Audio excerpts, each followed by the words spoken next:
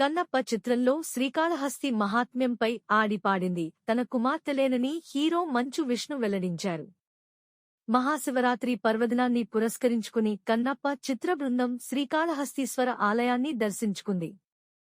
మంచు మోహన్ బాబు, మంచు విష్ణు, ప్రభుదేవ ఆలయానికి చేరుకుని శ్రీవాయు లింగేశ్వర స్వామి సమేత జ్ఞాన ప్రసూనాంబికా దేవిని దర్శించుకుని ప్రత్యేక పూజలు చేశారు.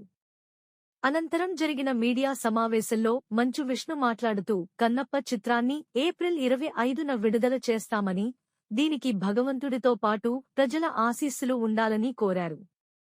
2 రోజుల్లో అంటే మార్చి 1న సినిమా టీజర్ విడుదల అవుతుందని చెప్పారు. బీసీఎన్ ఛానల్ ఇందులో మీకు కావాల్సిన అన్ని రకాల హంగులు ఉంటాయి. Hi, this is MM Sri Lanka. Please subscribe to BCN channel.